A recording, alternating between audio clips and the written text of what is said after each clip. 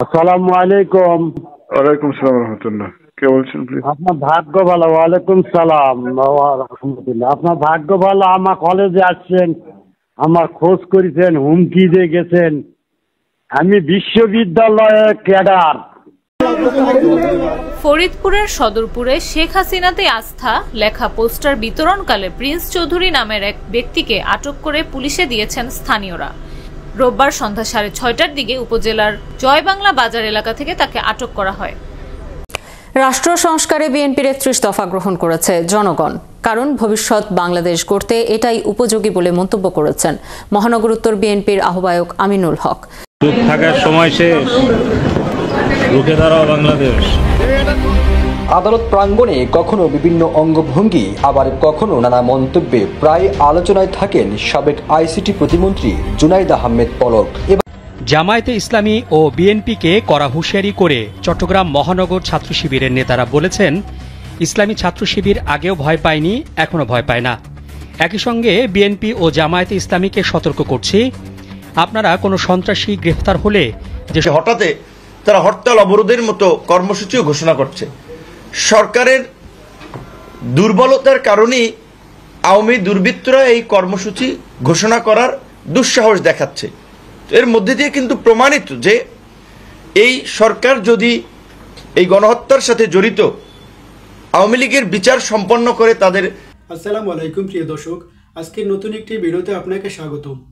আজকে সারাদিনে ঘটে যাওয়া কিছু গুরুত্বপূর্ণ সর্বশেষ আপডেট খবর নিয়ে হাজির হয়েছি, যেটা ভিডিও শুরুতেই কিছু অংশবিশেষ দেখানো হয়েছে। তাই বলবো না টেনে সম্পূর্ণ ভিডিওটি দেখবেন, তাহলে আজকের বিষয়টি বুঝতে পারবেন। তো চলুন দর্শক, দেরি না করে সম্পূর্ণ ভিডিওটি দেখে আসি। তার আগে আপনাদের কাছে ছোট্ট একটি অনুরোধ, আপনি যদি প্রতি মুহূর্তের আপডেট খবর দেখতে পছন্দ করেন তাহলে আমাদের চ্যানেলটি সাবস্ক্রাইব করে পাশে থাকা বেল বাটনটি অন করে দিবেন, তাহলে প্রতি মুহূর্তের আপডেটের নোটিফিকেশন আপনার কাছে পৌঁছে যাবে। তো চলুন দর্শক, ভিডিওতে একটা লাইক দিয়ে সম্পূর্ণ ভিডিওটি দেখে আসি। আসসালামু আলাইকুম। ওয়ালাইকুম সালাম রহমতুল্লাহ। কে বলছেন প্লিজ? আপনার ভাগ্য ভালো। ওয়ালাইকুম সালাম রহমতুল্লাহ। আপনার ভাগ্য ভালো, আমার কলেজে আসছেন, আমার খোঁজ করেছেন, হুমকি দিয়ে গেছেন। আমি বিশ্ববিদ্যালয়ের ক্যাডার। আচ্ছা, আমি রাজশাহী বিশ্ববিদ্যালয় ছাত্র দলের ক্যাডার। নজরুল ইসলাম বাচ্চু। হ্যাঁ, আমি কিন্তু ওই রাজপথের লড়াকু সৈনিক। আমি এরশাদ আন্দোলনে আমি অগ্রণী ভূমিকার আমি একজন, মানে এই সেরকম ক্যাডার ছিলাম আমি। আচ্ছা হোক ভাই, যেটা কথা আপনার বলতে পারি, আপনার বলতে পারি বলে থাক। আপনাকে হুমকি জানেন, আপনি জানেন আমার সাথে কি সম্পর্ক, আপনি জানেন? আচ্ছা শুনেন, আপনাকে আমি কিছুই বলিনি। আমি আপনার স্কুলে গেছিলাম ল্যাব দেখতে। আপনি বলেছেন যে হলো ওই বাচ্চা টিচার কে মানে দেখতাম একটু, না আপনার সাথে দেখা করতাম, সেটা বলেছি। আমি থাকলে আপনার চেহারা ফাঁক থাকতে দিতাম। তাই নাকি? হ্যাঁ, ফরিদপুরের সদরপুরে শেখ হাসিনাতে আস্থা লেখা পোস্টার বিতরণকালে প্রিন্স চৌধুরী নামের এক ব্যক্তিকে আটক করে পুলিশে দিয়েছেন স্থানীয়রা। রোববার সন্ধ্যা 6:30টার দিকে উপজেলার জয়বাংলা বাজার এলাকা থেকে তাকে আটক করা হয়।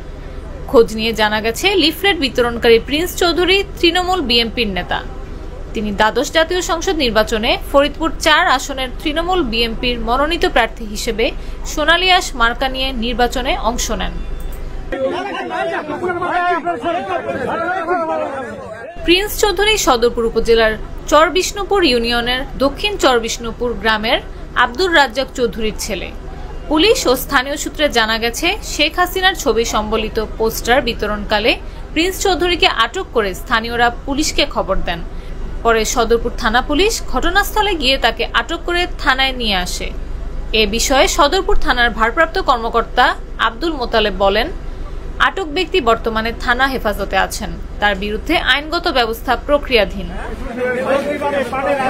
বাংলাদেশ। আদালত প্রাঙ্গণে কখনো বিভিন্ন অঙ্গভঙ্গি আবার কখনো নানা মন্তব্যে প্রায় আলোচনায় থাকেন সাবেক আইসিটি প্রতিমন্ত্রী জুনাইদ আহমেদ পলক। এবার ঢাকার মেট্রোপলিটন ম্যাজিস্ট্রেট আদালত প্রাঙ্গণে তিনি নতুন বার্তা দিয়েছেন। বলেছেন, চুপ থাকার সময় শেষ, রুখে দাঁড়াও বাংলাদেশ। শেখ হাসিনার সাবেক প্রতিমন্ত্রী এমন বার্তায় নতুন করে প্রশ্ন উঠে, আদালত প্রাঙ্গণে এমন বার্তায় কি বোঝাতে চেয়েছেন তিনি। জানা গেছে, বাড্ডা থানায় অটোরিকশা চালক হাফিজুল শিকদার হত্যা মামলায় সাবেক প্রতিমন্ত্রী পলককে আদালতে নিয়ে আসা হয়। এরপর ওই মামলায় আসামি পক্ষের আইনজীবী রিমান্ড বাতিল চেয়ে জামিন আবেদন করেন। রাষ্ট্রপক্ষের পাবলিক প্রসিকিউটর ওমর ফারুকী রিমান্ডের পক্ষে শুনানি করেন। উভয় পক্ষের শুনানি শেষে ঢাকার metropolitan magistrate GM Farhan Ishtiaq 2 দিনের রিমান্ড মঞ্জুর করেন। পরে তাকে হেলমেট পরিয়ে পুলিশি প্রহরায় সিঁড়ি দিয়ে নিচে নামিয়ে হাজতখানার উদ্দেশ্যে নেওয়া হয়। মুরতাজে অর্ডার করে জিতে নিন গাড়ি, বাইক, আইফোন সহ কোটি টাকার পুরস্কার। অর্ডার করতে ভিজিট করুন murtaj.com। হাজতখানার প্রবেশের আগে তিনি বলেন, চুপ থাকার সময় শেষ, রুখে দাঁড়াও বাংলাদেশ। জানা গেছে, বৈষম্য বিরোধী আন্দোলন চলাকালে 20 জুলাই রাজধানীর বাড্ডার প্রগতি সরণি এলাকায় যাত্রীর জন্য অপেক্ষা করছিলেন অটোরিকশা চালক হাফিজুল শিকদার। এ সময় বৈষম্য বিরোধী আন্দোলন দমনের জন্য আসামিদের ছোড়া গুলি হাফিজুলের বাম পাজরে লেগে ডান বগল দিয়ে বেরিয়ে যায়। এই ঘটনায় গেল বছর 21 আগস্ট বাড্ডা থানায় মামলা হয়। ছাত্র জনতার গণ অভ্যুত্থানের মুখে গেল বছরে 5 আগস্ট দেশ থেকে পালিয়ে ভারতে আশ্রয় নেন শেখ হাসিনা। এরপর থেকে তিনি সেখানেই অবস্থান করছেন। তবে তার পালিয়ে যাওয়ার মধ্য দিয়ে শেখ হাসিনা সরকারের সাবেক মন্ত্রী এমপিরাও বিভিন্নভাবে দেশ ত্যাগ করেন। কেউ দেশের ভিতরে আত্মগোপনে আছেন, আবার কেউ গ্রেপ্তার হয়ে কারাগারে আছেন। রাষ্ট্র সংস্কারে বিএনপির 31 দফা গ্রহণ করেছে জনগণ, কারণ ভবিষ্যৎ বাংলাদেশ গড়তে এটাই উপযোগী বলে মন্তব্য করেছেন মহানগর উত্তর বিএনপির আহ্বায়ক আমিনুল হক। মঙ্গলবার রাজধানীর বিমানবন্দরের কাওলা এলাকায় 31 দফা নিয়ে কর্মশালায় তিনি এসব কথা বলেন। এ সময় আমিনুল হক বলেন, পতিত স্বৈরাচার সরকারের হাতে ধ্বংস হওয়া দেশকে ঠিক করে পুনরুদ্ধার করতে একমাত্র 31 দফায় সঠিক পথ, যা বাস্তবায়ন হলে বাংলাদেশের মানুষের প্রত্যাশা পূরণ হবে। তাই দেশের জনগণ এখন তা গ্রহণ করছে।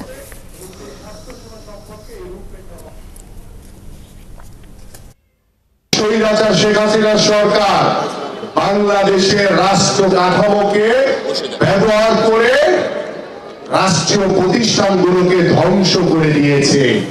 সেই ধ্বংসস্তূপ রাষ্ট্র কাঠামোকে পুনর্গঠন করার জন্য, সংস্কার করার জন্য আমাদের এই 31 দফা কর্মসূচি, 31 দফার এই সংস্কারের কার্যক্রম, যাতে বাংলাদেশের সেই ধ্বংসস্তূপ রাষ্ট্র প্রতিষ্ঠানগুলোকে পুনর্গঠন করে আমরা যাতে নতুন ভাবে ঢেলে সাজাতে পারি। জামায়াতে ইসলামী ও বিএনপিকে কড়া হুঁশিয়ারি করে চট্টগ্রাম মহানগর ছাত্র শিবিরের নেতারা বলেছেন, ইসলামী ছাত্র শিবির আগেও ভয় পায়নি, এখনো ভয় পায় না। একই সঙ্গে বিএনপি ও জামায়াতে ইসলামীকে সতর্ক করছি, আপনারা কোনো সন্ত্রাসী গ্রেফতার হলে যে সুপারিশ করেন এটা বন্ধ করেন। আপনাদের পক্ষ থেকে কোনো সন্ত্রাসীর পক্ষে সুপারিশ করা আমরা আশা করি না। ফ্যাসিস্ট সরকারের গুম, খুন, দুর্নীতি সহ রাষ্ট্রবিরোধী কর্মকাণ্ড এবং জুলাই গণহত্যার সঙ্গে জড়িতদের বিচারের দাবিতে চট্টগ্রাম মহানগর ছাত্র শিবিরের গণমিছিল অনুষ্ঠিত হয়। এ সময় শিবিরের নেতারা এসব কথা বলেন। তারা বলেন, আমরা কোনো দলের এরকম নমনীয়তা প্রত্যাশা করি না। আপনাদের নমনীয়তার কারণে, আপনাদের সুশীলতার কারণে অন্তর্বর্তীকালীন সরকার একটা নির্বাচনের সরকার হয়ে যাচ্ছে, কিন্তু বিপ্লবী সরকার হচ্ছে না। আমরা আপনাদের বিপ্লবী সরকার হিসেবে দেখতে চাই। এ সময় মহানগর ছাত্র শিবিরের নেতারা আগামী দিনের ছাত্র শিবিরের ঘোষিত সব কর্মসূচিতে জামায়াতে ইসলামী ও বিএনপির অংশগ্রহণ প্রত্যাশা করেন বলেও জানান। এদিন আন্দরকিল্লা শাহী জামে মসজিদের পূর্ব গেট থেকে জুমার নামাজের পর গণমিছিলটি শুরু হয়।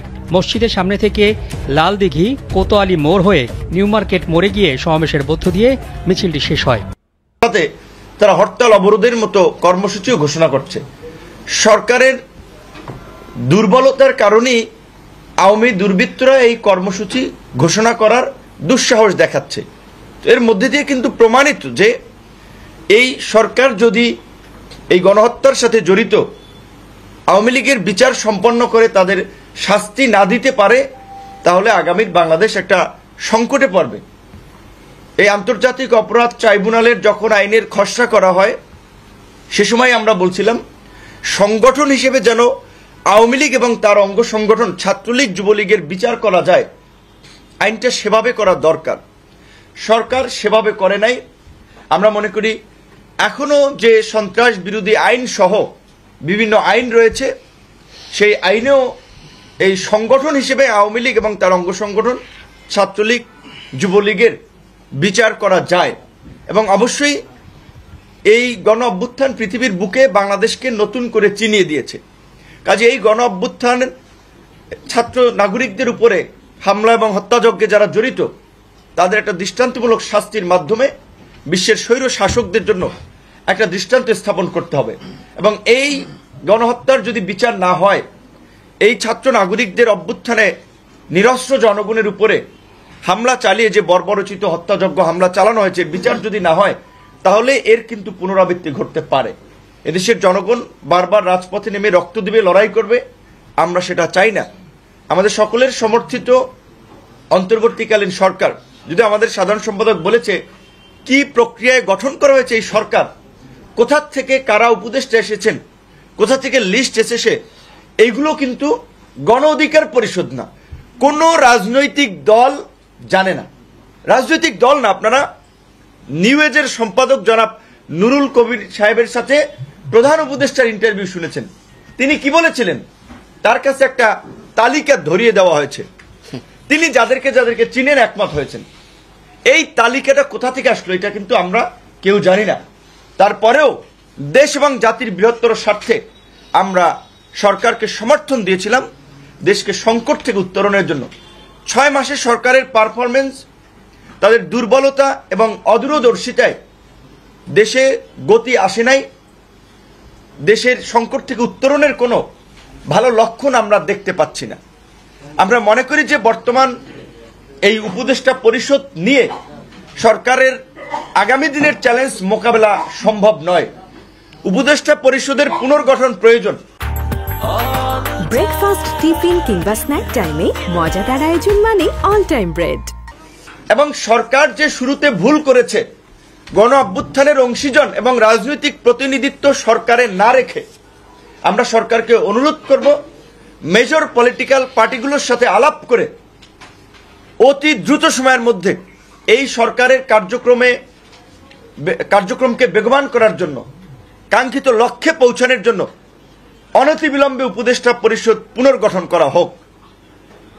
এই উপদেষ্টা পরিষদ পুনর্গঠন করে এই গণ অভ্যুত্থানে গণহত্যাকারী রাজনৈতিক দল আওয়ামী লীগকে বিচারের কাঠগড়ায় দাঁড় করিয়ে রাজনৈতিকভাবে নিষিদ্ধ করে, এবং এই গত 1.5 দশকে যারা দেশের টাকা বাইরে পাচার করেছে, দেশের সম্পদ লুট করেছে, লুটপাটের মহোৎসবে জড়িত ছিল, তাদেরকেও বিচার করতে হবে। শুধুমাত্র গণহত্যার সাথে যারা জড়িত ছিল তাদের নয়, এই অর্থনৈতিক দুর্বৃত্ত মাফিয়া যারা বাংলাদেশকে একটা মাফিয়া স্টেটে পরিণত করেছে, বাংলাদেশের সম্পদ দিয়ে Dubai, Singapore, Malaysia, Thailand, USA, ইউকেতে যারা প্রপার্টি করেছে, এই সমস্ত অর্থনৈতিক দুর্বৃত্তদেরকেও বিচারের মুখোমুখি করতে হবে এবং এই পাচারকৃত অর্থ ফিরিয়ে আনার জন্য উদ্যোগ নিতে হবে।